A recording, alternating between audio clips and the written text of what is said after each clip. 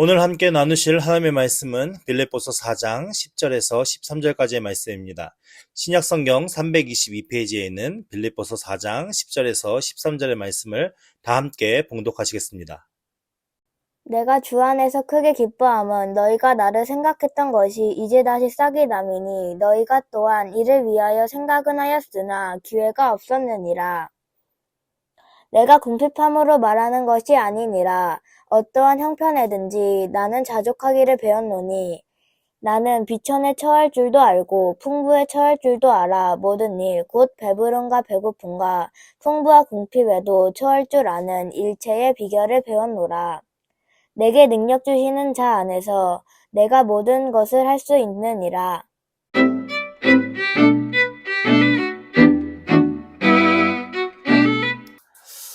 우리는 이제 지난주에 능력이 무엇인지에 대해서 배웠습니다.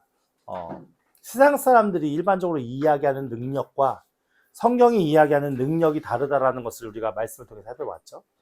세상 사람들은 자신의 원하는 것을 이루어내고자 하는 힘이 능력이라고 얘기했습니다.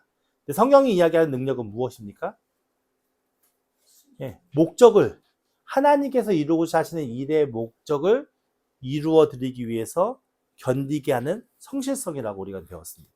그러니까 결국 우리 안에 이적과 기적이 나타나지 않는다 하더라도 하나님을 믿는 믿음으로 우리가 믿음의 자리에 서서 끝까지 성실한 마음으로 하나님을 바라고 믿음으로 살아간다면 그것이 그 어떤 능력보다도 귀중하고 소중한 능력임을 우리가 말씀을 통해 배웠습니다. 그것이 조금 더 확실하게 우리에게 함께 나누고자 해서 오늘 빌립보서의 말씀을 함께 나눠보겠습니다. 빌립보서는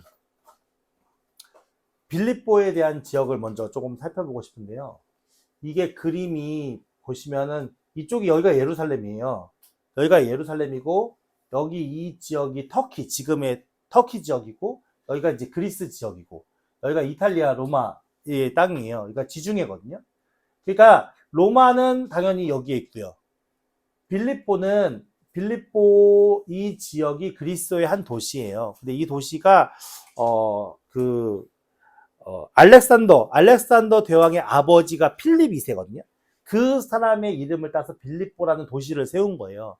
근데 이 도시가 무역 도시로 되게 활성화된 도시였는데 그러니까 사도 바울이 전도 여행을 다녔을 당시에는 퇴역한 로마 군인들이 많이 있었대요. 그러니까 퇴역한 로마 군인들이 많이 있었고 로마 시민권자도 많이 있었고, 그러니까는 이 도시가 나름대로는 큰 있는 그런 도시였어요. 이 도시에 바울이 2차 전도 여행을 떠나면서 2차 전도 여행 때 이 빌립보 지역에 와서 전도를 해서 그 당시에 최초로 유럽의 전도 회심한 루디아, 자색 옷감 장수 있죠? 그래서 루디아가 회심을 하면서 열매 맺었던 도시가 바로 이 빌립보예요. 이때에 바울과 실라가 복음을 전하다가 어떻게 돼요? 로마 군인들이 많으니까 로마 문화에 익숙한 사람들이 많았을 거 아니에요. 그 로마가 인정하지 않는 다른 문화의 것을 가르친다 해서 잡혀서 매를 맞고 옥에 갇히게 됐죠. 그때 옥에 갇혔을 때 바울과 실라가 어떻게 했죠? 찬양하고 기도했더니 옥문이 열리게 되고 그것을 간수들이 듣고 이적과 기적이 나타나는 현장을 보게 됐죠. 그러면서 복음이 증거되었는데 우리가 생각할 것은 바울이 전도여행을 다닐 때마다 막 기가 막히게 드라마틱하게 막 몇천 명씩 회심하고 이러지 않았어요. 사실은 되게 소수의 가정교회들이 세워진 거예요. 아주 작은 가정교회들이. 그러니까는 여기에 오기 전까지 이쪽에 이 빌립보에서 최초로 유럽 사람 중에 회심한 사람이 생긴 거니까. 그러니까는 이전에 이게 다 유럽 땅이라고 우리가 보잖아요. 그러니까는 그렇게 많은 전도여행을 다녔음에도 불구하고 그렇게 많은 열매가 있었던 건 아니죠. 아니라는 걸 우리가 알 수 있겠죠. 그러면서 이 빌립보 지역에 이제 교회가 세워졌는데 이제 3차 전도 여행 때도 이쪽에 가서 여기서 사역을 하게 돼요, 바울이. 그러면서 이 빌립보 교회와 사도 바울의 사역이 돈독하게 이제 막 친밀 관계가 되고 협력하는 교회가 되어져서 이 빌립보 지역에 있었을 때 빌립보서를 쓴 건 아니죠. 지금 사도 바울이 빌립보서를 쓴 상황은 어떤 상황이냐면은 사도 바울이 3차 전도 여행이 다 끝난 상태에서 다시 예루살렘으로 와요. 왜 왔냐면은 예루살렘이 그때 이제 되게 가난하고 힘든 상황이어서 재정적으로 너무 힘든 상황에서 이 사도 바울이 세워졌던 교회들에게 헌금을 모아서 그걸 갖다 주러 여기를 와요. 그때 왔었을 때 이제 사건이 생기면서 유대인들에게 잡혀서 결국은 이 예루살렘에서 감금을 당하게 돼가지고 가이사라, 그 예루살렘 이스라엘 지도 안에서 가이사라라는 땅 안에 그곳이 행정수도였거든요. 그러니까 성전으로 종교적인 수도는 예루살렘이었지만 그 당시에 이스라엘 땅에 로마군들이 지배하면서 로마가 가지고 있는 행정적인 역할을 잘 담당했던 게 가이사라거든요. 가이사라 감옥에 갇히게 돼요. 근데 가이사라 감옥에 갇히게 됐는데 2년여의 시간이 지났는데도 사도 바울에서 어떻게 처리를 못하는 거예요. 왜냐면 사도 바울은 로마 시민권자잖아요. 그러니까 로마 시민권자는 함부로 처리할 수 없는 거예요. 그래서 한 2년여의 시간이 지난 다음에 사도 바울이 어떻게 하면, 야, 그럼 나는 여기서 천만결을 받지 않고 로마 황제 가이사에게 가서 나는 이제 판결을 받겠다, 이렇게 요청을 하게 되어져요. 그래서 여기 가이사라 지역에서 로마까지 호송을 해 가는 거예요. 호송을 해가지고 가서 로마에서 감옥에 바로 갇히는 것이 아니고 그 새방처럼 조그만 방 하나를 얻어가지고 거기에 이제 감금되어 있는 거예요. 감옥에 갇히는 게 아니라 감금된 상태로 있었던 거예요. 그러니까는 아무것도 할 수 없죠. 나갈 수도 없고 그냥 그 집에서만 있을 수밖에 없는 그런 상황인 거예요. 그런 상황일 때에 지금 누가 찾아왔냐면은 빌립보 교인들이 지금 감금되어 있는 사도 바울을 만나고자 찾아오는 거예요. 찾아온 상황 속에서 이제 그 빌립보 교인들과 얘기하면서 쓴 서신이, 이제 빌립보의 이야기를 듣고 쓴 서신이 빌립보서의 이야기인 거예요. 그러니까 그런 상황이니까 이 빌립보 사람들은 어떤 마음으로 사도 바울을 찾아갔을까요? 안타까운 마음으로 찾아갔겠죠. 왜냐하면 열심히 자기 교회를 세워주고 그렇게 여기 섬겨서 우리가 이제 교회가 세워지게 되고 하나님 나라의 일들을 같이 동역하면서 막 해나갔는데, 무엇인가 열심히 해나갔는데 갑자기 지금 사도 바울이 어떤 상태인 거예요? 아무것도 할 수 없는 상태가 돼버린 거예요. 그 사도 바울에게 뭔가 가르침이라도 받고 싶은 마음도 있었을 테고, 무엇인가 이렇게 좋은 물건들을 갖다 줘서 먹고 입히게 할 수 있는 그런 마음도 있었겠죠. 어쨌든 위문차 사도 바울을 찾아가는 거예요. 사도 바울을 이렇게 만나가지고 이야기하는 도중에 오늘 말씀의 내용들이 나오는 거거든요.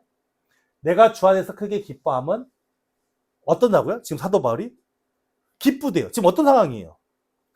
갇혀있는 상황이잖아요. 아무것도 할 수 없는 상황이에요. 근데 사도 바울이 여기 하면 뭐라고 말씀하시면, 내가 주 안에서 크게 기뻐함은 너희가 나를 생각하던 것이 이제 다시 어떻게 한다고요? 싹이 나면. 그럼 그동안에 빌립보 교인들은 사도 바울을 생각 안 했을까요? 관점이 다른 거예요. 자, 보세요. 이전까지는 사도 바울을 생각한 거예요. 이제 보세요.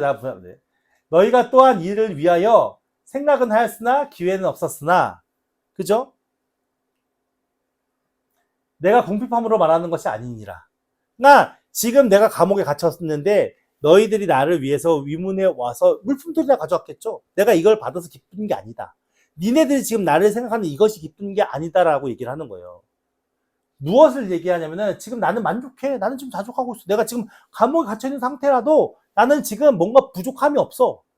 하나님 은혜에서 완벽해. 자족하고 있어. 지금 이 얘기를 하잖아요. 그러면서 뭐라 하냐면, 비천에 처할 줄도 알고 풍부에 처할 줄도 알아. 모든 일 곧 배부름과 배고픔과 풍부와 궁핍에도 처할 줄 아는 일체의 비결을 배웠다. 이미 나는 모든 것이 완벽하게 만족한 상황이야. 더 이상 뭔가 바라지 않아. 근데 너희들이 날 생각하는 게 기뻐. 지금 이 얘기를 하고 있는 거거든요. 그러면서 이렇게 내가 자족할 줄 알아 라고 얘기를 하면서 마지막에 뭐라고 얘기하면, 내게 능력 주신 자에서 내가 모든 것을 할 수 있다라고 얘기를 하는 거예요. 우리가 일반적으로 생각하는 내게 능력 주신 자에서 내가 모든 것을 할 수 있다. 모든 것에는 우리가 원하는 걸 넣으면 되겠죠. 내게 능력 주신 자에서 내가 부자가 될 수 있다. 내게 능력 주신 자에서 내가 시험에 성공할 수 있다. 우리 그렇게 넣어가서 기도했잖아요. 근데 사도 바울의 이 상황은 뭔 상황이에요? 내게 능력 주신 자에서 내가 모든 것을 할 수 있다라고 얘기하는 이 상황은, 내가 얼마든지 감옥에 나갈 수 있어. 지금 이 얘기를 하는 거예요? 아니에요. 전혀 아니잖아요. 사실은 이 이야기의 말씀만 딱, 이 구절의 말씀만 딱 우리가 띄어서 본다면 어떤 상황인 거예요, 지금? 얼마든지 감옥을 박차고 나를 수고하고 있는 걸 박차고 나와서 내가 열심히 주를 위해서 사용되어지고 열심히 주를 위해서 무엇인가 해야 되죠. 사도 바울은 지금 그렇지 않은 상황이거든요.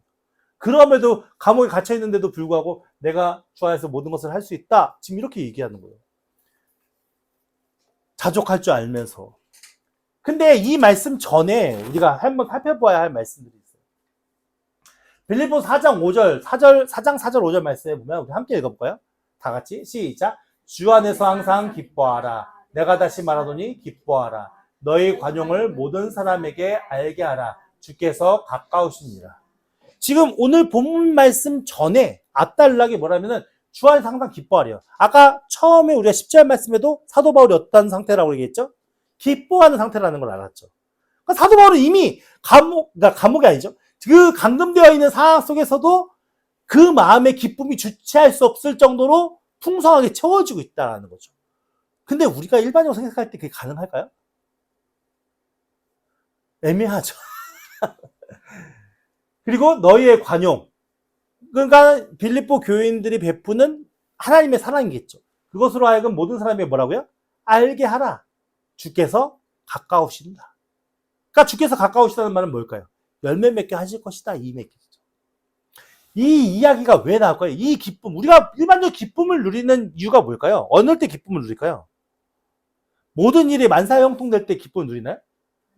아니죠. 우리 인생의 기쁨은 뭐냐? 보람되고 의미 있는 일들이 우리에게 이루어질 때 우리는 기쁨을 느끼는 거잖아요. 그렇잖아요. 그 사도 바울은 지금 아무것도 안 하고 있거든요.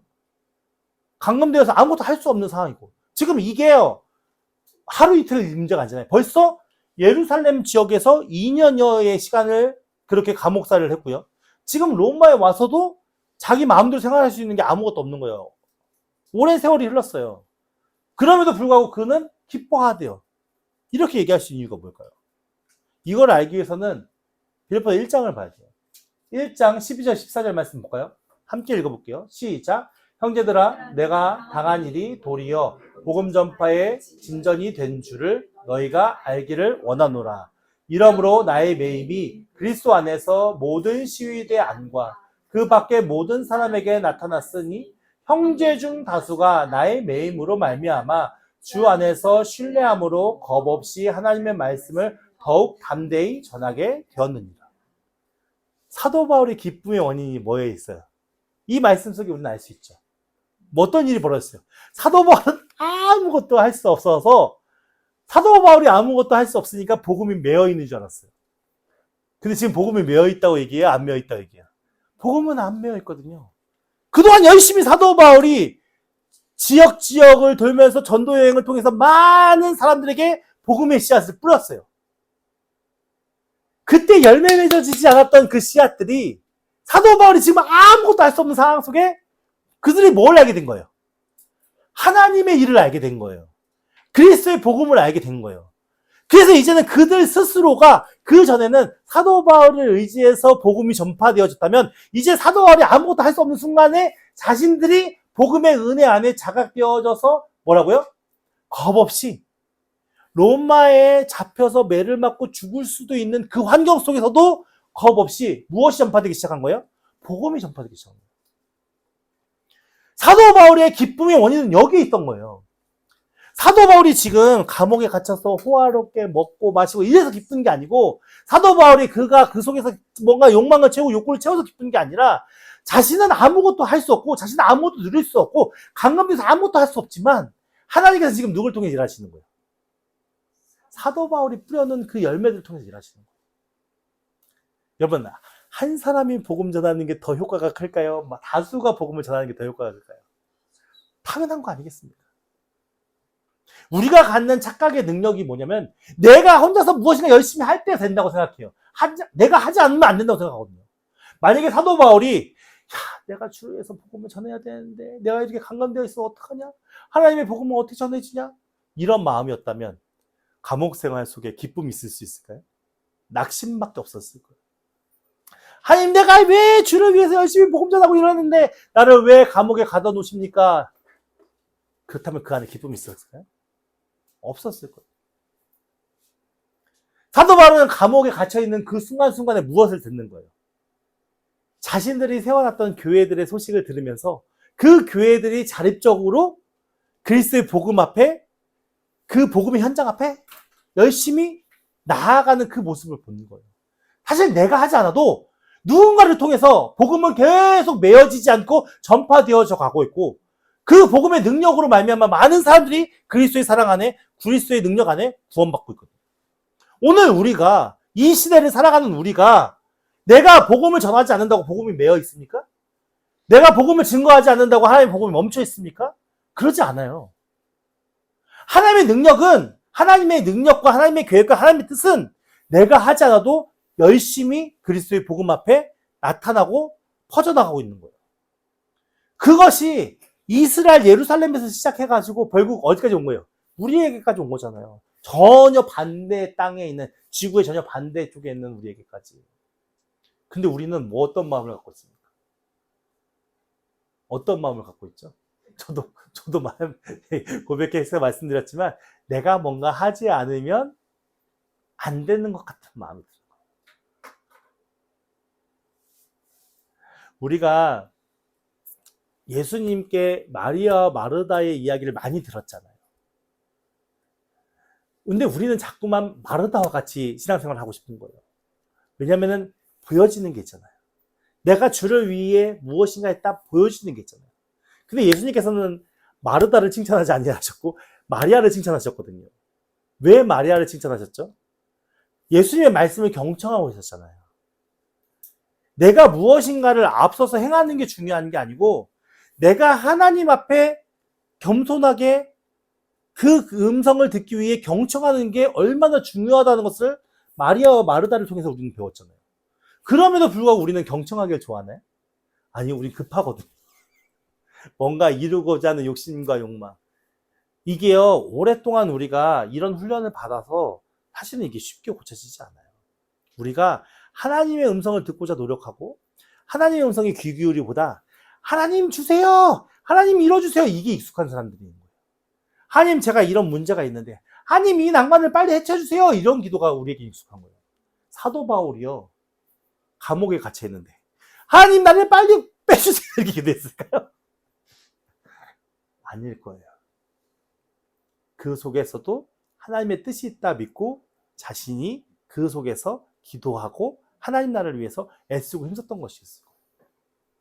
사도 바울이 이렇게 자신의 삶을 하나님 앞에 비록 아무것도 할 수 없는 상황이지만 자족하는 마음으로 기도하면서 그 모든 어려움과 연약한 그 모든 힘든 그런 상황들과 핍박과 어려움들을 감내하고 감수할 수 있었던 이유가 무엇일까요? 그게 바로 하나님이 사도 바울에게 주신 능력이라는 거예요. 그 스스로가 참아내는 게 아니고 그가 어느 현장, 어느 곳에 있든 사도 바울의 모든 마음속에는 무엇밖에 없어요? 하나님 나라에 대한 것밖에 없어요.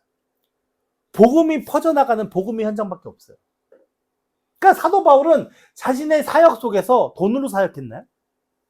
물질로 사역했나요? 세상 지식으로 사역했나요? 사도 바울은 복음의 현장 속에 자기가 쓰임받는데 세상적인 것을 가지고 사용한 적이 한 번도 없어요. 철저하게 하나에서 열까지 다 하나님의 것으로 사용했어요. 예를 들자면 우리가 집을 지을 때 돌로 집을 지었어요. 돌을 다 싹 빼놓으면 집이 남아있을까요? 안 남아있어요. 나무로 집을 지었어요. 나무를 싹 빼놓으면 남아있을까요? 안 남아있어요. 사도 바울이 지은 이 복음의 능력은 세상 거를 딱 빼냈을 때 뭐가 남을까요? 그대로 있는 거예요. 왜? 하나님의 것으로 지었으니까. 근데 우리는요, 하나님의 것으로 우리의 삶을 세워가려고 하지 않고 하나님의 것으로 우리의 믿음의 성전을 세워가려고 하지 않아요. 무엇을 세우려고 하죠? 세상의 것으로 계속 끊임없이 만들어가는 거예요. 근데 마지막 하나님 나라에 딱 가서 하나님께서 세상 것을 막 뽑아내시면 뭐가 남을까요? 아무것도 안 남으면 얼마나 그게 비참하고 비통한 일이겠어요. 그래서 우리가 가져야 할 믿음이 무엇이냐? 사도 바울이 자족한다는 믿음이 뭐겠어요? 나는 세상의 것을 의존하지 않았어. 세상의 것을 연연하지 않았어. 철저하게 하나님으로부터 공급받아서 하나님께서 하시는 일에 순종하며 자신의 삶을 드렸다라고 얘기하는 고백이잖아요. 우리는 어떤 마음을 가져야 할까요? 계속 우리가 머릿속으로 생각하면서 이럴 때 이렇게 하고 저럴 때 저렇게 해야 되는데 이 생각 자체가 벌써 세상의 것으로 다 채우고 있는 거예요. 기다릴 줄도 알고, 인내할 줄도 알고, 참을 수도 있고, 견딜 수도 있는 마음. 그러면서 하나님께서 채우시는 은혜를 따라 내가 열심히 순종하고 헌신하는 자세. 이게 능력이라고요. 진짜 능력은. 근데 우리는 이 능력을 기대할까요? 안 기대할까요? 기대하지 않아요. 저도 그렇거든요. 제가 한마디만 딱 하면 병든 자가 다 낫고 제가 한마디만 딱 하면 모두가 아멘. 사실은 그런 걸 바랬었어요. 근데 어느 순간 그게 진짜 하나님 기뻐하시는 일일까? 그러면 사입이 일어나고 뭐가 다르지? 우리는 그것으로 증명한 사람들이 아니에요. 우리는 세상의 것으로 하나님의 것을 어떻게 증명하겠어요? 세상의 것으로 하나님의 것을 증명한, 하나님이 영적인 분이신데 세상의 것으로 어떻게 하나님을 막 증명할 수 있겠어요? 사실은 쉽지 않은 일이죠. 우리는 하나님의 것으로 하나님을 증명하는 거예요. 그래서 우리의 육체와 우리의 생각이 세상에 계속 매여 있으면 하나님의 것이 우리를 통해서 능력으로 나타날 수 있을까요? 그게 어려운 거죠. 왜냐하면 이미 세상에 매여 있는 우리의 마음이 모든 방법을 세상의 것으로 풀려고 할 테니까. 사도 바울에게 찾아온 빌립보 교인들에게 내가 너무나도 너희들을 보니까 기뻐 하는 것은 너희들이 가져온 선물로 기쁜 게 아니야. 이미 내가 사역하는 이 복음의 본질을 깨닫고 너희들이 복음의 현장에서 열심히 그렇게 겁없이 복음을 증거하는 그 사역 때문에 자신이 너무 기쁘고 하나님 안에서 행복을 느낀다라고 지금 고백하고 있는 거거든요. 우리는 누군가가 하나님 앞에서 아름답게 드려지는 그 모습을 보면서 같이 기뻐하고 같이 우리가 행복해 할 수 있는 마음이 되어야 돼요. 그래서 막 우리 교회가 중요할까요? 아니요. 큰 하나님의 나라를 보실 수 있어요. 큰 하나님의 나라. 그 나라 안에서 내가 하나님이 내게 주신 것으로 하나님의 것으로 어떻게 그 나라를 세워나가는데 내가 쓰임을 받고 순종하며 하나님의 뜻을 이룰 수 있을까? 이런 고민이 우리 안에서 이루어져야 되는데 사실은 우리가 그게 쉽지 않잖아요. 능력은 다른 데 있지 않습니다. 능력은 나를 통해서 은사적인 기적과 이적이 나타나는 게 능력이 아니라 오늘 우리에게 역사하시고 말씀하시는 하나님의 것을 가지고 하나님의 때를 기다리며 하나님의 일에 우리가 거룩하게 쓰임받는 것이 능력임을 깨닫는 저 여러분 되기를 바랍니다. 그래서 우리가 자꾸만 세상의 것에 매여서 생각하는 게 중요할까요? 그렇지 않다라는 걸 알겠죠. 자꾸만 우리가 세상적인 방법과 세상적인 뜻으로 우리의 삶에 여러 가지 많은 것들을 접근하다 보면 그것에 대한 답은 없어요. 쉽지 않아요. 답을 안 내기가. 그래서 우리는 계속 뭘 생각해야 되는 거야? 하나님의 뜻이 무엇이고 하나님의 일이 무엇이고 그 속에 내가 순종해야 할 것이 무엇인지를 찾아내는 마음의 노력이 필요하겠죠. 그래서 우리가 기도의 방향성이 전혀 달라져야 되는 거예요. 기도의 방향성이 지금 내게 닥치는 환난과 닥치는 어려움들을 하나님 빨리 이것을 이겨내게 해주세요. 이런 기도가 되면 안 되고 결국 사도 바울과 같은 이런 상황에 처해 있다 하더라도 하나님의 복음과 하나님의 은혜 안에서 내가 지금 감내해야 하는 것이 무엇이고 내가 지금 이겨내가야 되는 것이 무엇이고 내가 지금 순종해야 되는 것이 무엇인지를 알게 해달라는 기도로 나아가야겠죠. 그래서 이제는 우리의 기도가 달라 구하는 기도가 아니라 무엇이에요? 깨닫게 해달라는 기도. 성령으로 충만케 해달라는 기도. 우리가 하나님의 뜻을 분별케 해달라는 기도가 중요하겠죠. 그것이 우리 안에 내재되어 있어야 진짜 우리 안에 참아야 할 때 참아지고 견뎌야 할 때 견뎌지고 인내해야 할 때 인내되어지는 성실한 마음으로 주를 섬길 수 있는 은혜가 우리 안에 일어날 수 있는 것입니다. 이러한 은혜가 저와 여러분 가운데 충만하게 임하셔서 정말 우리가 능력 있는 그리스도인이 되기를 예수님으로 축원드립니다. 세상의 것으로 채우지 마십시오. 세상의 방법으로 싸우지 마십시오. 오직 끝까지 하나님의 뜻과 하나님의 방법대로 싸우겠노라고 다짐하는 저 여러분 되기를